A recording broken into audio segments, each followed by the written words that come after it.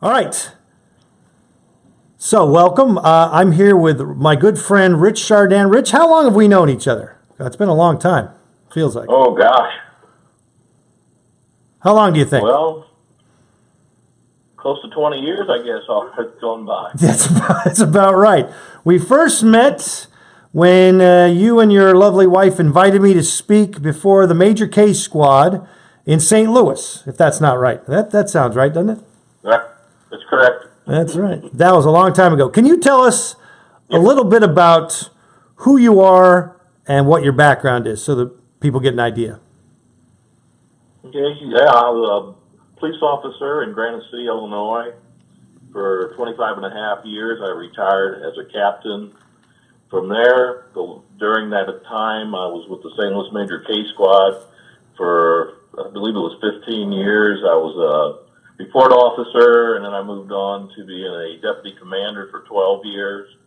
So I handled some pretty high-profile cases in that situation. And I also did 5 years with the Metropolitan Enforcement Group of Southwestern Illinois, which was a covert drug enforcement group. And so I was doing the undercover work, covert work for over 5 years with them during those assignments. And then I spent time in investigations. I retired as the chief of investigations when I retired from Granite City.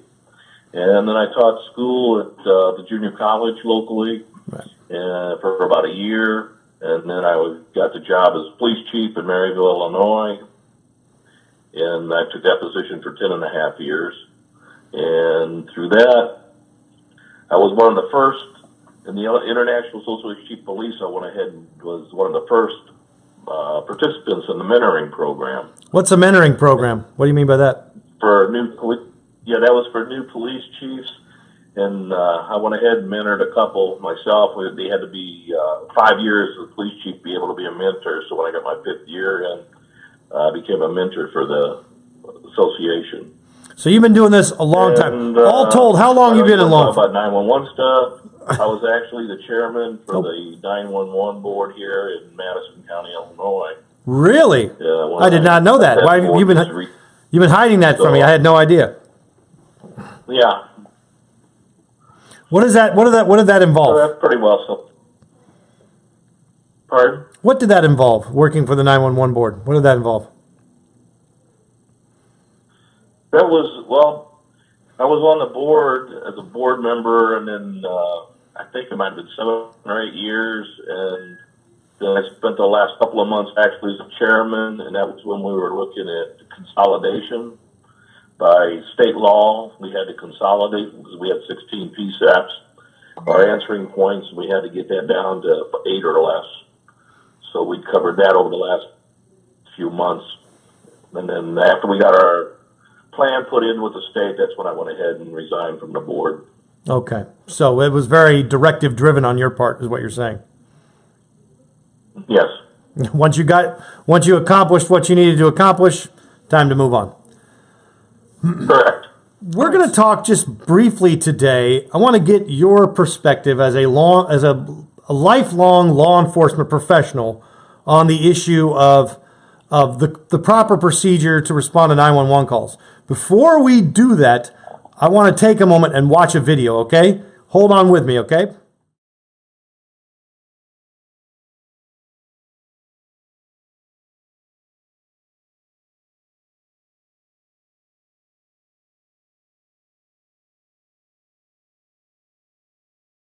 So this is going to be a 911 call. The officer, this is the Wichita Police Department body camera video of an officer-involved shooting involving a swatting incident. We're going to watch this first.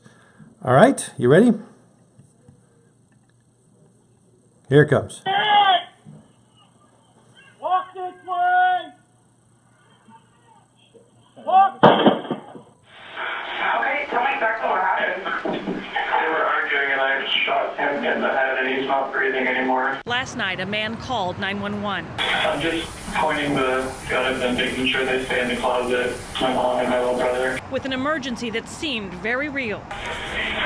Yeah, I'm thinking about, because I already poured gasoline all over the house. I might just set it on fire. Okay, well, we don't need to do that, okay? Police quickly responded. There's complaints about he did shoot his dad in the head and he's not breathing. He's also indicating that his mom and brother are in the house and he has them at gunpoint. And when they arrived, a 28-year-old male opened the front screen door and stood in the doorway or just outside that doorway. Officers gave him several verbal commands to that male to put his hands up and walk towards them. The male complied for a very short time. This is video police released Friday. Officers say the man, 28-year-old Andrew Finch, who police call an innocent victim, lowered his hands to his waist and quickly pulled them back up. Fearing for those officers' safety, the officer on the north side fired one round, striking the male. When police went inside, they found no hostages, no one dead, no one even hurt. This prank phone call, we don't see it as a joke. It's not a prank. It only heightened the awareness of the officers, and we think led to this deadly encounter. Now Finch's family wants justice. I keep thinking this is a dream. I'm going to wake up and he's going to be here. But the cops can't just go around shooting people without any consequences. They cannot do that. You still with me, Rich? Did you get a good view of that? Yeah. Yes.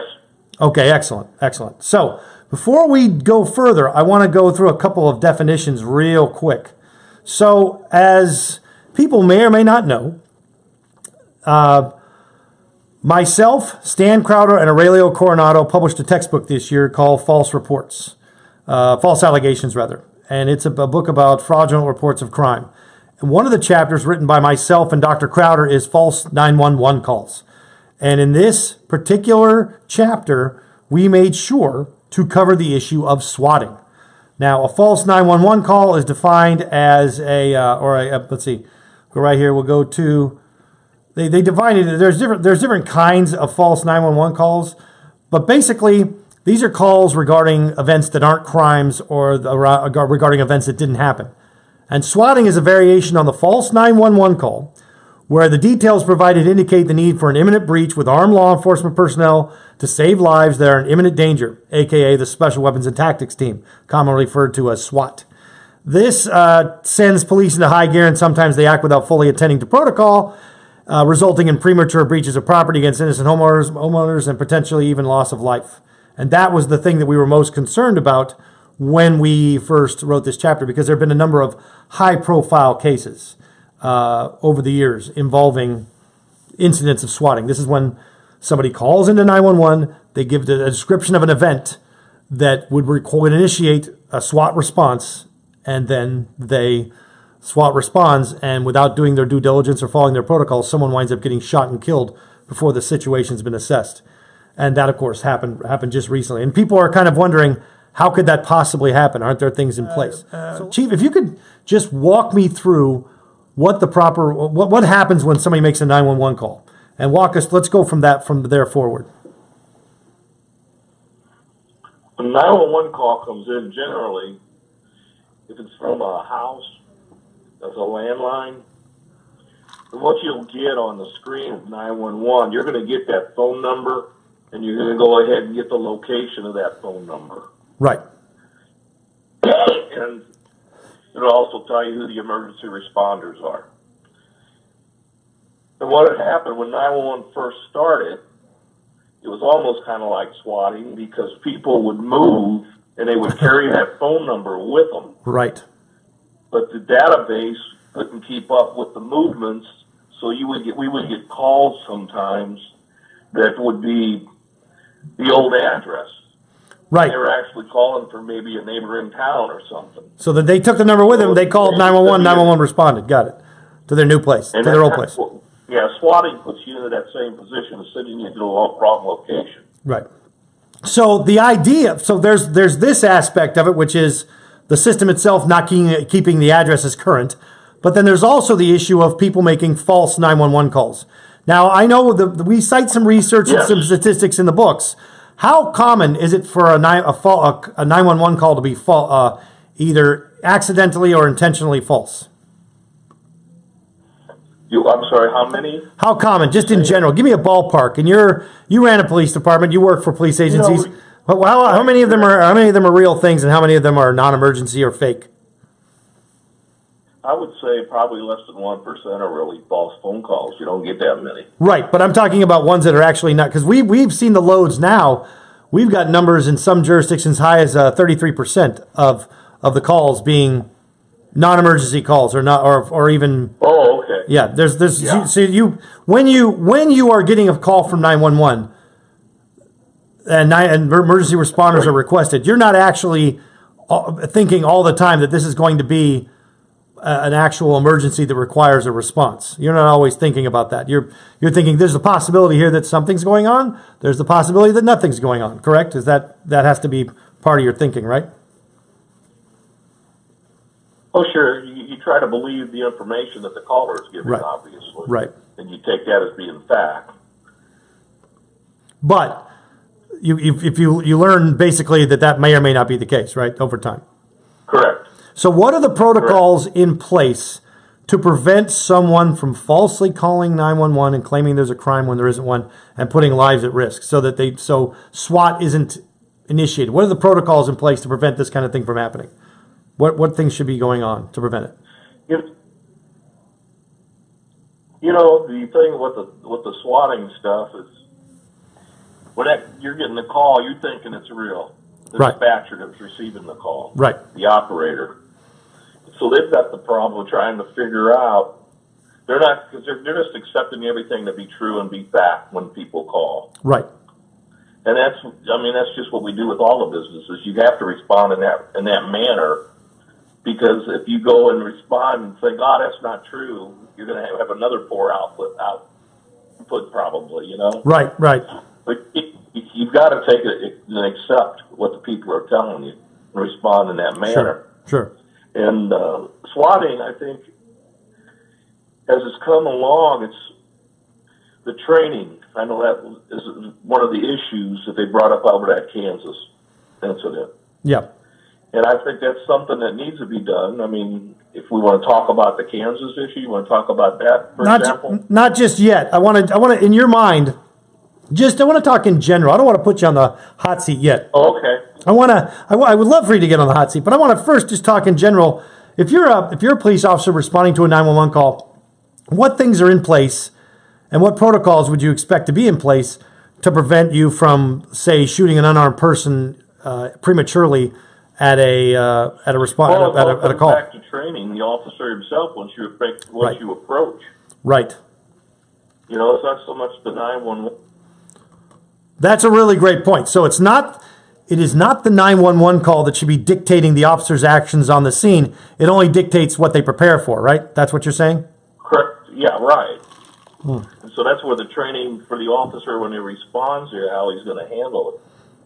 That's a really great way of putting it. So the onus, the responsibility should not be put on 911 to be the correct and accurate information provider. They're just relaying what the caller's telling you.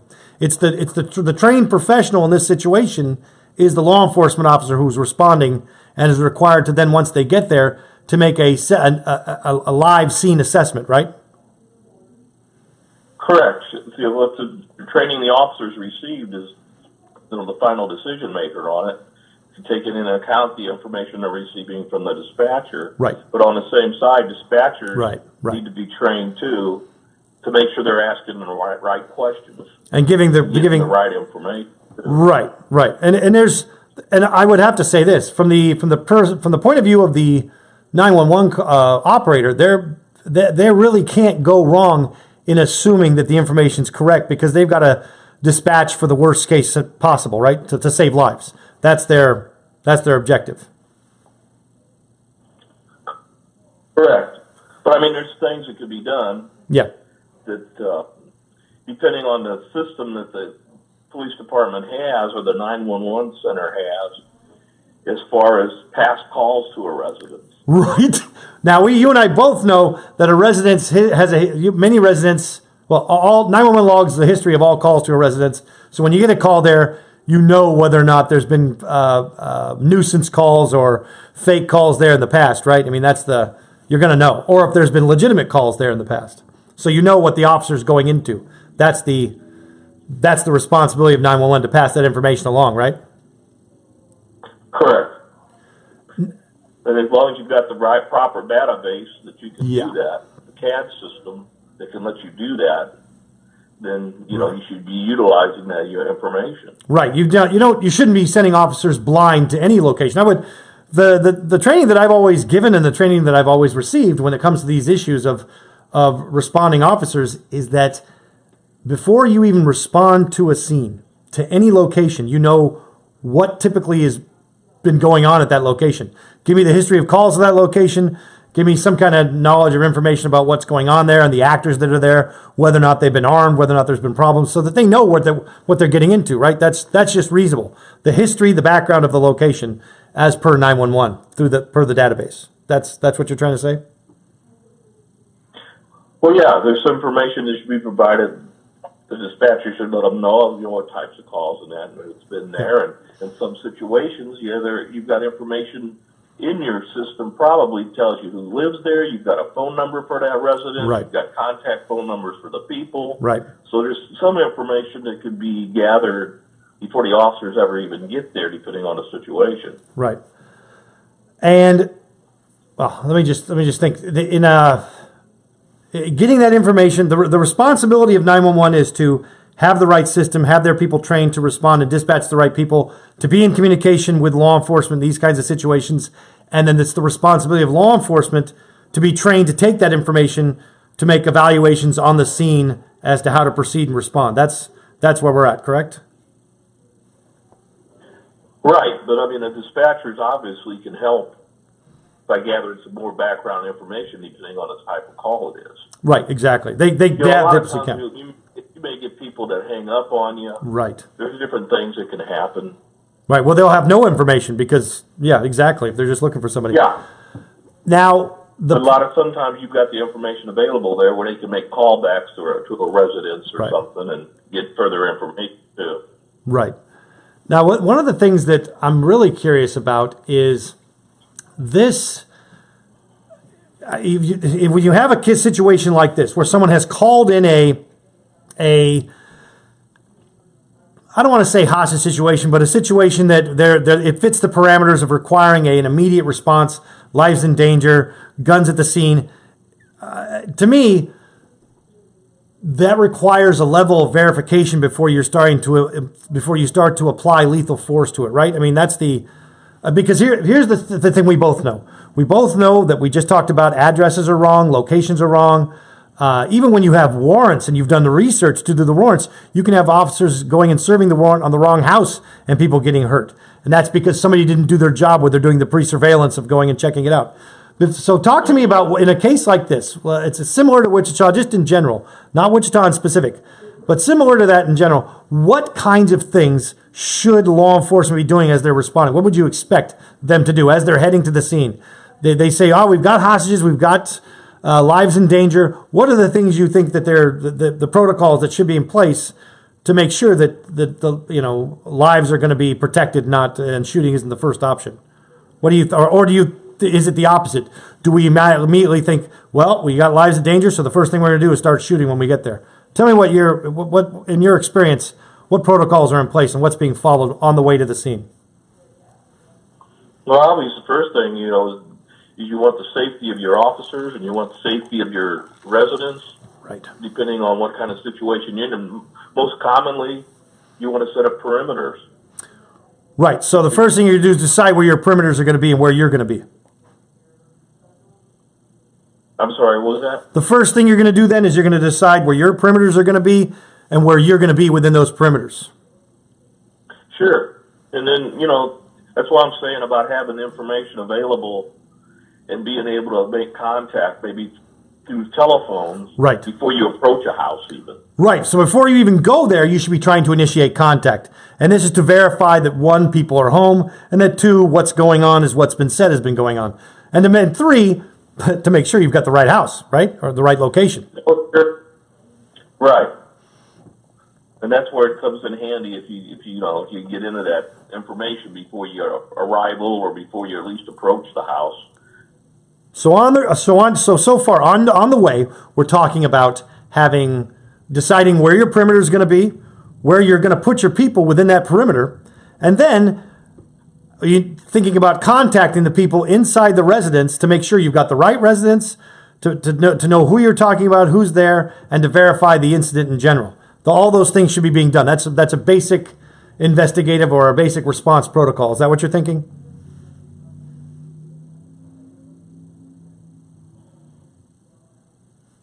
No? Maybe? What do you think? That's the way we respond? Did you hear my question or no? You were breaking up through a lot of that, but Oh, sorry. I think, basically those are the concerns you're going to have as you're approaching. And, with a hostage situation, that's where the perimeters are going to be set up, and you hopefully get somebody in there to negotiate with the person. Right. And hopefully by telephone's the best you can, Right. Well, let's talk specifically about what was going on in Wichita, just because it's so interesting. And in Wichita, we have what we have is a man on a porch, and the man on the porch is by himself. He's looks like he's on the actual porch going into the door, and he's by himself, and he turns and they shoot him. Now, my first thought is, my first thought is they haven't confirmed who this guy is or what he's doing, whether or not what he belongs to, what's his relationship to the scene, anything.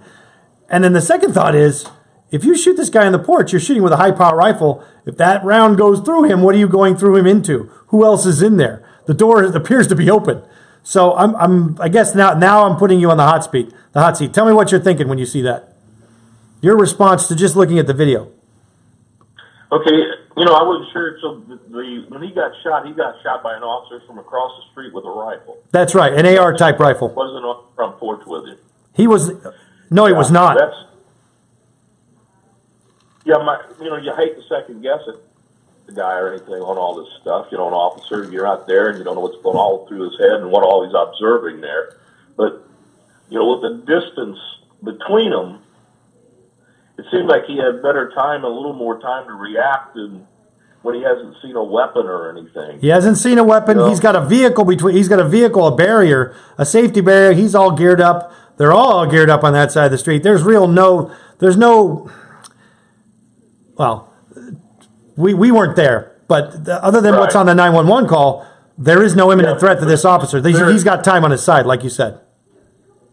I guess if they're in a position where they're safe and they know they're safe, it gives you more time to react. Right. When I first heard the story, I kind of thought the guy actually walked up to the door and knocked on the door, and the guy came to the door and reached into it, and that's why he fired so quickly. Well, that would make sense, because that creates an exigent circumstance, right? That would make sense. Yeah, but, the distance between him, and if he's already taken a safety position, right. I think there's a little bit of problem there. And the other thing is, you wanted to talk a little bit about the mechanism by which the call came in. Tell me what you were thinking when I cut you off earlier because I wanted to save it. Oh, okay, yeah. The thing, the way, I don't know why the call actually went, from what I understand, to a security officer at City Hall who got the phone number. He called 911 and gave them the phone number. 911 calls that phone number. Right.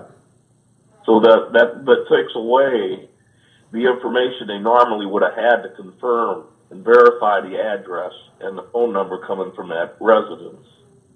And that's one of the parts of the problem. And that's where, when I talk about gathering further information, yes, when that dispatcher says on there that, we had a call there, I think it was in August, right. They should have been digging that information out, found out, who the people are, what the call was about. Right. If there was a landline there that they could have called back. Right. And do you think... That's where I was going at with that. I totally agree. Now, 2020 hindsight, let me ask you this. Do you think that this indicates...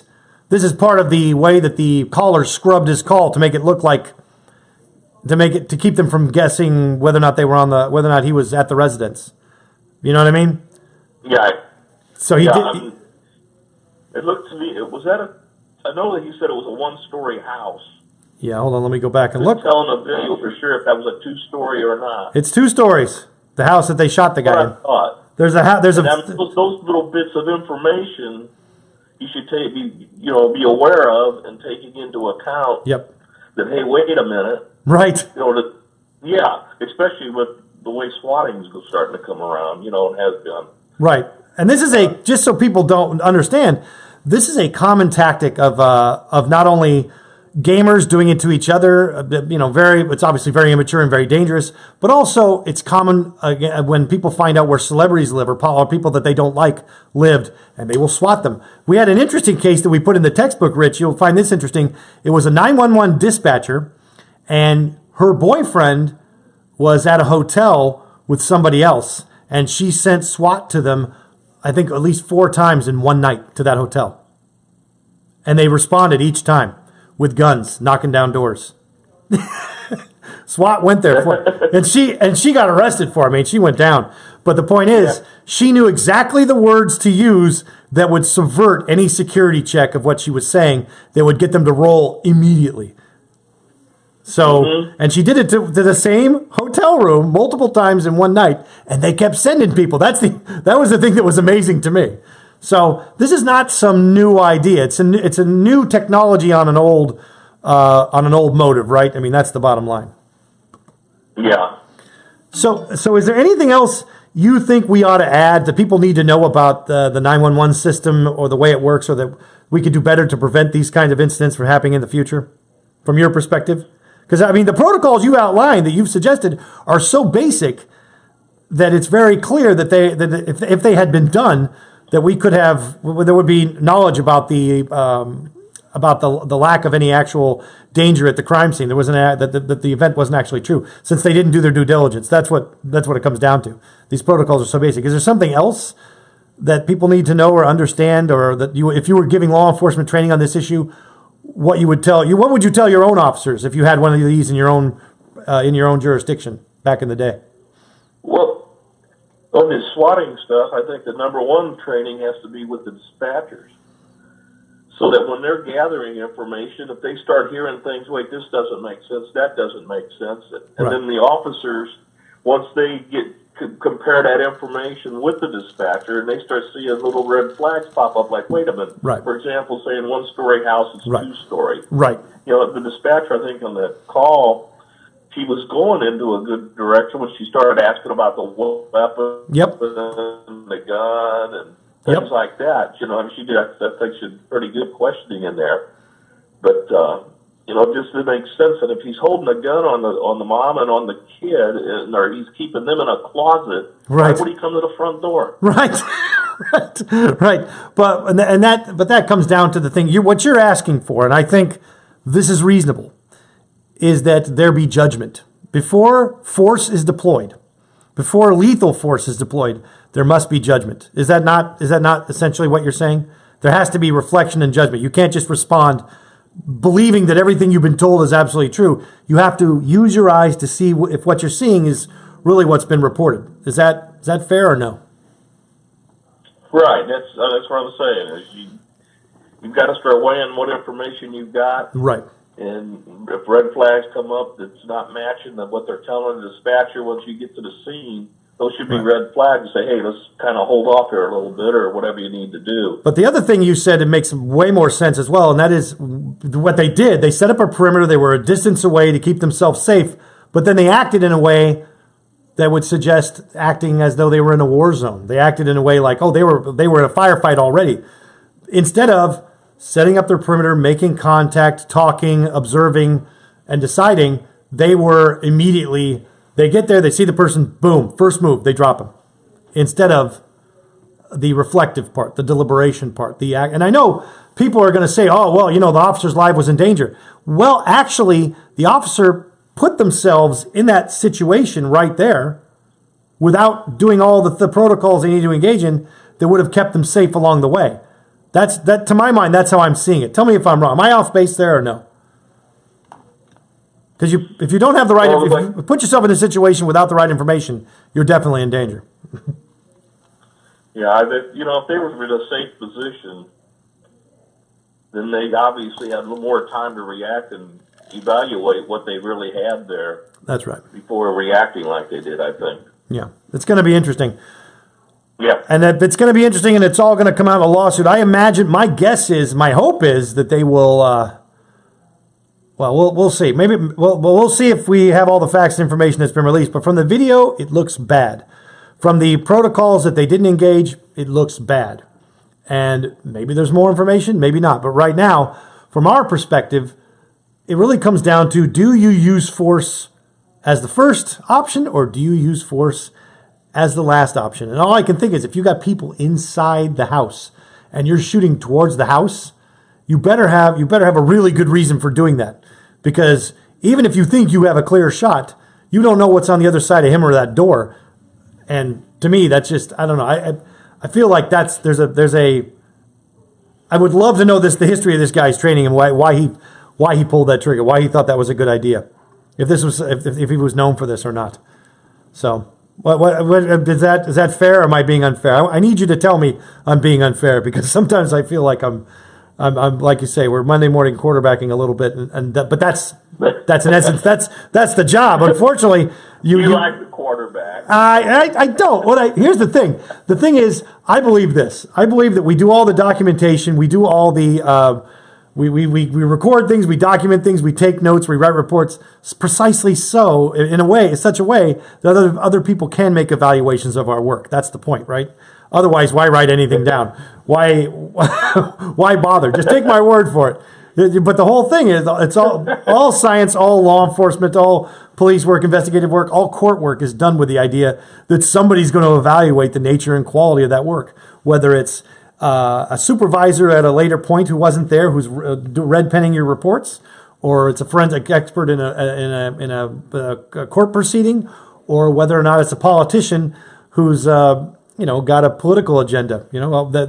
We make reports and make documentation in such a way as to provide specifically for the ability of other people to Monday morning quarterback. That's the whole point. Otherwise, why write anything? Need it though. Nobody ever improves. You don't evaluate. That's exactly right. I'm going to leave it right there. I think that's the vein we want to go in here. We want to get better. We want to learn. So hopefully, we can, as this case moves forward, we will learn from it, and we'll gain some valuable lessons, because I'm certain this is not going to be the last time someone's going to get swatted, even in Wichita, Kansas. Yeah. Sorrowfully, but true. Yeah, absolutely. All right, Rich. Well, thank you very much for your time. Stay with me after I hang up, but I want to just thank everybody else for listening. And if you have any questions for me or Rich, I will tag him and me in this video so that people can ask. All right? Thank you very much. Okay.